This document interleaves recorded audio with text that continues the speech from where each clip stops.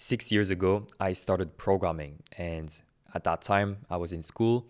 And I remember I had this one teacher who was showing us how to use WordPress, and he wanted us to use WordPress for our final project, which was like this big website.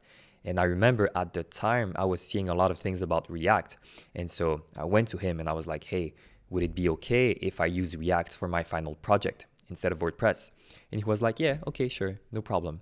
And after that moment, my career really skyrocketed. At the time, all my peers were just listening to what the school was telling them to learn. They were learning about Java, PHP, WordPress, and I was also learning about those things, but I decided to learn React on top of it. And I remember I won 3 internships over all my peers because I chose to self-learn React. And now I've been part of multiple award-winning websites because of my work. So I think there's tremendous value in deciding what you want to learn yourself and taking accountability and risks for those decisions and potentially having the reward for it as well. And so today I want to show you a roadmap that I made that I would follow if I had to start things all over again. And it's also a roadmap for my current self of the things that I see in the future that I want to learn myself. And so hopefully this roadmap can help you too. All right, so here's the roadmap, and hopefully I have time to go over all of those different points. And I have to say, I did not personally go over all of those steps in my journey, but if I had to tell my past self exactly what to do, this is the roadmap that I would follow. All right, this is the exact steps. And the first step that I would ask myself back in the days, and the first thing that you can ask yourself, and if you have this answer, it's going to be very good, is which type of programmer are you? All right, in my opinion, the modern programmer is often a mix of engineer and artist. You don't need to have this answer right now, but it's what kind of programmer are you? Are you more of an engineer or more of an artist? You need to know where you stand in the spectrum. And so personally, I'm about like a 60 artist and 40 engineer. That's kind of where I stand.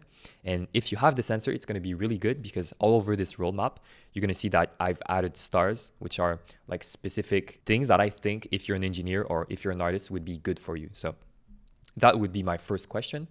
Obviously, you don't need to have this answer right now. We're going to go back to it later. You're going to see when we'll have done some things, it's going to be easier to answer. So let's see. The first thing that I would do for anyone that want to make websites is to have a really good grasp of HTML. That would be the first step. First step, HTML, you got to learn a couple of things about it. I personally recommend being able to do semantic HTML. So what is semantic HTML? It's using the right tags. For example, you want to use a P for a paragraph, then you want to have an H1, H2, and you want to have this good hierarchy. You want to use a label for a button, things like that. You basically want to have a really good grasp of which tag you should be using in which scenario. That's going to be really good.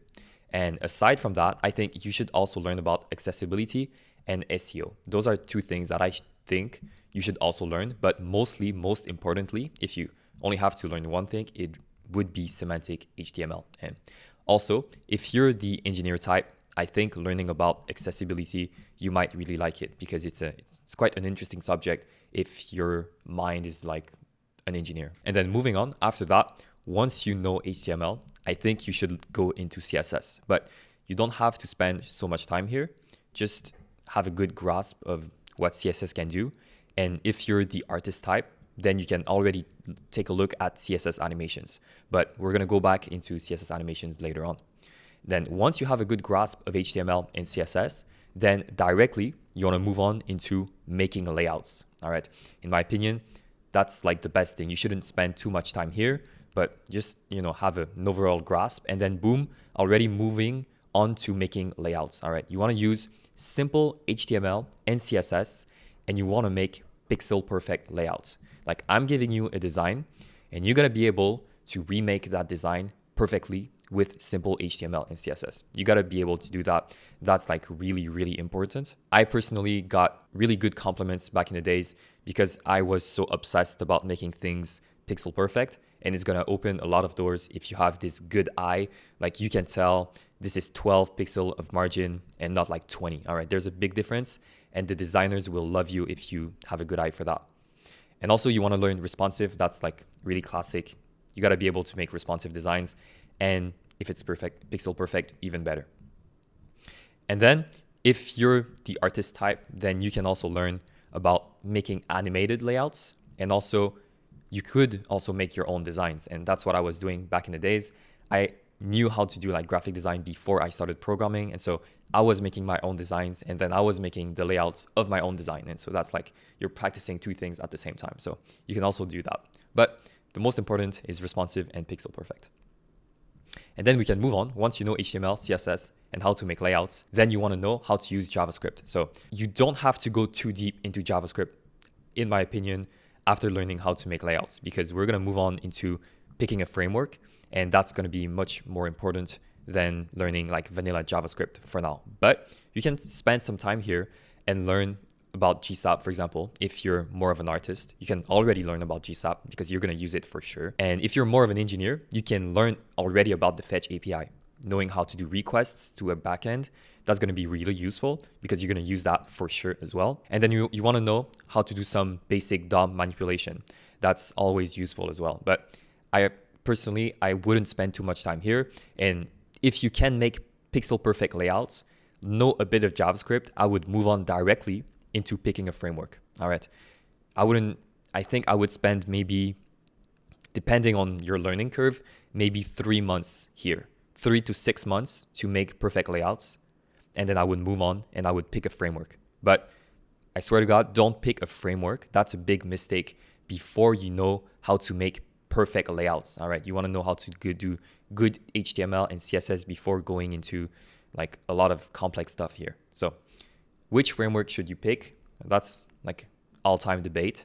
But personally, I think you should learn either Astro or React. Okay. But you have many choices, and there are much more choices than these four. But I kind of want to abstract things, and those are the ones I recommend. If you're an artist, you can also take a look at Webflow. All right, Webflow to me is gaining a lot of popularity. I don't recommend it. Personally, I think you should stay with React and Astro, and eventually you can learn Webflow. But you can also do Webflow. It's a really popular thing right now. But personally, I would go with Astro and React. There's also Vue.js if you're interested. If you go the Astro route, I would learn about web components, because you don't want to do like vanilla HTML. You want to use web components. It's going to help you to do your JavaScript and all of that. And if you use React, then I would go into Next.js. That's what I would do. And Vue.js, I would go into Next. But yeah, if you're more vanilla type of guy, I would choose Astro. It's really nice for that. But if you like the React ecosystem, and if you see a lot of opportunities there, which I recommend, you should go with React. Then once you chose a framework, I would move on to some CSS. So advanced CSS, I would learn for sure 100%. You need to learn Sass and Tailwind. Like those are the two must learn in my opinion. Tailwind, I was really unsure about it at first, but I think there's a lot of value in learning about it. And then there's Post CSS. I've heard a lot of good things about it. I know a lot of people at work who like to use it. I personally don't use it a lot, but I still recommend it if you're interested. Then only once you've learned all of those things do you want to learn about Git. Because really, in my opinion, you don't really need to learn about Git before all of that. It's going to be too complex for not a lot of benefit. Like the upside is not that worth it. But after you have picked a framework, know a bit of advanced CSS, then you're going to get into like some real world project. Then you got to learn Git. That's for sure. And after that, you can get into some animation. You can go pretty fast here if animations don't really interest you, but highly recommend either GSAP or Frame of Motion. But of course, I'm a fan of Frame of Motion, so I would recommend using that. But if you choose something like Astro for your framework, then I would go for GSAP for sure. And after here, you can optionally learn about some CMS. You can briefly go over some content management system things. So a CMS is like an admin, something that the client uses to update the content of his website. That's like something that you will do 100% in the future. So you can take a brief look at it, because eventually when you make a website, you probably want to use a CMS. So in terms of CMS, I personally am a big fan of Sanity. It's one that requires a lot of configuration though. So it's kind of a heavy one. It's going to take a lot of work, but it's like one of the best in my opinion. And then you have some other ones here. Contentful, really nice. That's the first CMS that I started with. So kind of have some emotional value for me. It has done the job for many clients. my first clients, I used Contentful, and Contentful really fast. You don't need a lot of setup like Sanity, and it's also free. Sanity is free too, but then you have Craft CMS. I haven't used it personally, but a lot of people at work talk about it, and they just seem to say like good things about it. So I'm gonna try it very soon. And then we have Dato CMS. I've heard really good things about it, but it's quite expensive. But if you have money, I would take a look at it. I heard it can help you save a lot of time. So yeah, once you go over that, then it's time to make a real website. I think once you've learned all of those things, it's time to get off the couch and stop learning and start doing something like in the real world. So you want to make a website, and in my opinion, you want to make a real website. You don't want to make like a Twitter clone or like an Instagram clone. You want to put something on the web from start to finish, and put it out there, have a URL, have a domain, and hopefully create some value with that website. And that's why I don't necessarily recommend making a portfolio, because at that point, you haven't done anything to show in your portfolio. So your portfolio is going to be a bit dry. And that's why I don't recommend making one at this point, but I will recommend making one later on. And here, what I would recommend if you're more of an engineer is to make a blog. Okay, I think a blog has a lot of value. While you're like in this learning phase, you can just make a lot of blog posts about what you learn. So there's a lot of value there, and a lot of people can then learn from your own journey. So that's a lot of value. But even better than that is I would find a client. All right, that would be like the best option. And that's what I did back in the days when I've learned a bit about all of those things. I remember I had a friend of a friend who was selling plants, and I was like, hey, you're selling plants? Are you selling plants online? And they were like, no. And I was like, okay, but I'm just going to make an e-commerce for you. I'm going to do it for free because I'm a student. I'll do it for free. And if you like it, you can keep it. And if not, like, it's fine. And that was my first website ever that I made for a client. And I was still in school at that time. And I learned a lot. It was like a shit website, but they didn't pay for it. So I had no risk. And they were happy for it, and it helped their business. So that was good. And yeah, after that point, once you've made a website, then I would apply for an internship. It's always better to apply to an internship when you've made a website already, that you can say like, hey, that's the URL, that's the website that I've made. You can take a look at my work. So that's always better when you want to find an internship. And I remember I won all of my internships because I said, hey, I self-learned React. Here's the website that I've made with it. And they were like, wow, that's nice. You have a lot of drive and all of that. And that's why they chose me over a lot of other applicants. Okay, moving on. After this was like, so yeah, I forgot to say that, but this was like the basics. And then this was like the intermediate section. And then we're moving on to like the intermediate plus, still not advanced stuff, but intermediate plus, I'm going to call it that way. And here, once you've made your first website and hopefully you found an internship, then you want to learn TypeScript. All right, TypeScript is a must for any serious project, but I don't recommend it learning here because it could slow you down and it's not necessary. But eventually, if you want to make clean projects in a team, you got to learn TypeScript. Now, we're going back to the question of this right here at the beginning. Now that you've made a lot of progress in your journey and you've tasted a bit of everything, then I want you, and that's what I would tell myself, it's time to decide who you want to be and kind of try to ask yourself those questions. You know, are you more of an artist or more of an engineer? And some jobs or some ways of making money, if you're more of an artist, would be to, for example, be a freelancer. And then you make artistic and creative websites. That's kind of what I'm doing right now. You could also be a front end at an agency. That's kind of what the artistic front end do. And then if you're more of an engineer, then you could take a look at being a full stack. So doing front end and back end at a FANG company. That's a great goal. That's kind of more of an engineer type of person that would do that. Or you could also make your own startup. That's quite advanced, but it's kind of gives you some ideas which one you resonate more with. Then maybe you're more of an artist or more of an engineer. And also it's good to know that engineers usually get paid more in general because artistic work doesn't get paid a lot. But I would argue that it is way more fulfilling and that if you're good, you can make as much money as an engineer and it's way more badass. Once you've decided that, then you can see if you're more of an artist, you want to get into creative dev at that point. If you're more of an engineer, then you want to get into engineering stuff. So let's start with the creative dev. You got to learn 3D. All right. If you want to get into creative devs and you're like, I'm kind of the artistic type, you got to learn 3D. You got to learn Blender. Those two goes together. But you could also learn about Spline. I've heard a lot of good things about it. Haven't used it, haven't had the need to use it personally, but heard a lot of good things about it. Then you can learn shaders as well, quite complex, but you can learn about it. It's always fun. And then you can learn about the Canvas API. There's some really nice stuff that you can make inside of that. But really, Three.js and Blender are a must learn after you've made like your first website, then you've learned TypeScript. Yeah. And yeah, if you're more of an engineer here, you kind of want to take a look at UI libraries, all right? If you're more of the engineering type, maybe making your own HTML markup is something that you don't like, all right? If you're more of an artist, then you can make everything yourself. You don't need UI libraries. But if you're more the engineer type, then definitely take a look at UI libraries and just use components and markups that have already been made for you. It's going to save you a lot of time. So take a look at like Shadcn, for example. And then one thing that's really nice is to look at authentication, all right? I think there's a lot of value there. If you're the engineering guy, you want to take a look at logins, accounts, things like that.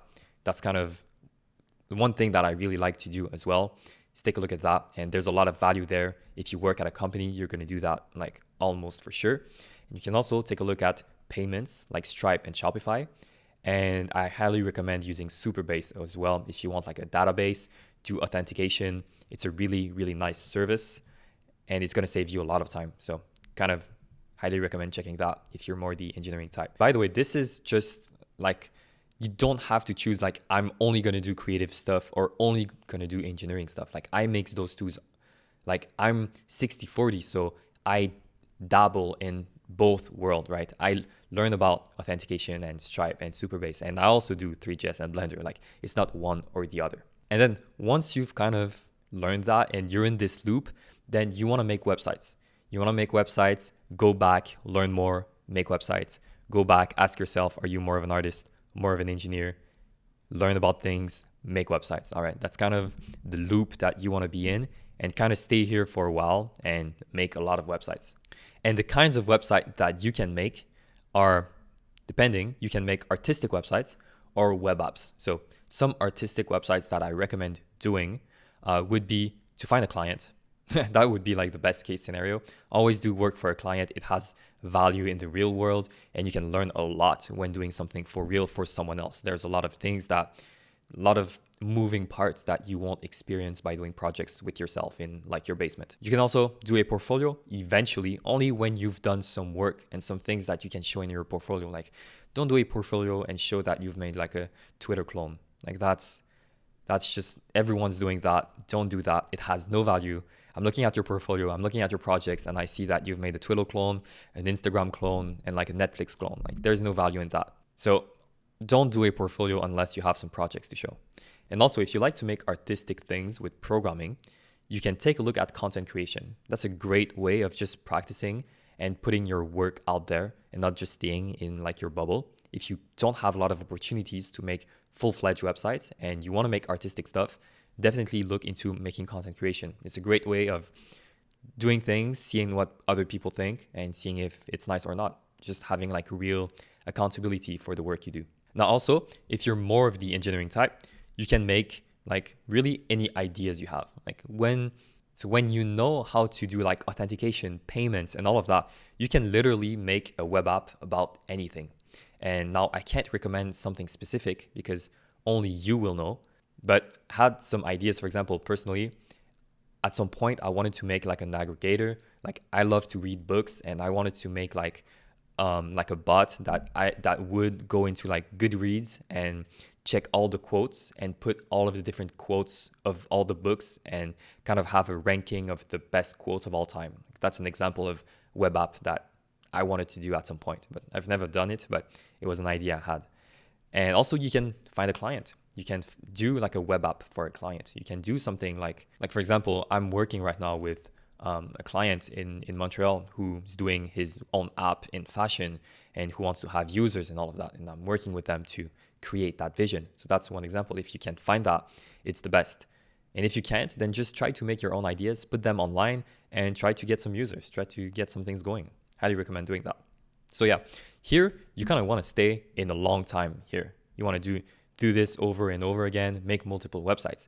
And then when you're ready, you can move on to like the advanced. I don't have as many information in that area because I'm in it right now, and I can't really recommend you great things here if I hadn't had like the experiences and the lessons and the mistakes. But what I do know is that at some point you want to make a contribution to the community. All right. You want to either win an award if you're more of the artistic type, or you can also try to build an NPM library. That's also a great thing that you can do that some people really think like, hey, why would I make something open source? Like, what do I benefit from doing that if I'm not selling it? Well, your reputation is going to benefit from it, and it's going to be good for you in all scenarios. For example, you're looking for a job and they're seeing that you have an NPM library. That's amazing. Or if you do content creation and they see that you have an NPM library, even better. And it's just going to help your reputation if you do that. So it's not just about money here. And also you're going to probably learn a lot while doing that. So those are two things that I see myself eventually making in the near future. And if you've done a lot of this here, then that's something I would try to take a look at, those two things. Either try to win an award or maybe build an NPM library. And after that, that's kind of where we enter the gray zone, where I'm not exactly sure what's going to happen after that. But there are multiple possibilities once you've done this. You can continue and stay here for a while, or you can try to move on to the next step. And the next step, I'm not sure what it is exactly, but there's multiple possibilities. We could do WebXR. I'm not sure what's going to happen with WebXR, but really excited for that. If you're like an artistic type of guy, I think WebXR is really, really interesting. And then you could start your own agency. All right. If you start getting a lot of clients while making websites, and you get clients here, you get clients there, then eventually you can start your own agency and start employing other people to do that. Or if doing an agency and doing client work doesn't really interest you, then you can also make a startup. If you're really good at making some ideas of your own and kind of getting clients, and you're getting good at that, then I would take a look at making a startup. And yeah, after that, I'm not sure. Don't want to spend too much time here because I don't want to tell you guys things that I don't know. So really, that was my roadmap. Hopefully you learned a lot from it. And yeah, highly recommend if you follow this, you're 100% going to be successful. And let's see if I have some key points to note, key things to note. Really, I would say try to find a client as soon as possible. And for the client, you don't need to like have someone tell you, hey, I need a website. You got to create the opportunity for yourself. All right. What I did is I went to the client and I said, hey, why don't I make a website for you? And the guy didn't know he wanted a website until I made one for him. So you got to create the opportunity from scratch. And that's going to help you instead of waiting for someone to tell you, hey, I want a website. Because no one's going to tell you that if you're a student and you have no experience. No one's going to come to you like, hey, I really need this. Can you make this for me? Like, no, you got to go to them and be like, hey, what if I do that for you? I think that's one thing that I would highly recommend. And also just don't skip this part. All right. This part is kind of the boring part, but it's really important to have solid basics. And personally, I kind of skipped this part here. I remember when I was younger and kind of skipped all of this, really like the real good basics of HTML. And I have some regrets now about that. And if I could go back, I would spend more time here, spend more time into learning great HTML. I think we can skim over that like really fast because it's not really the interesting stuff. And yeah, I think that's it. Those were all my points here. Hope you learned a lot, and I'll see you in the next one.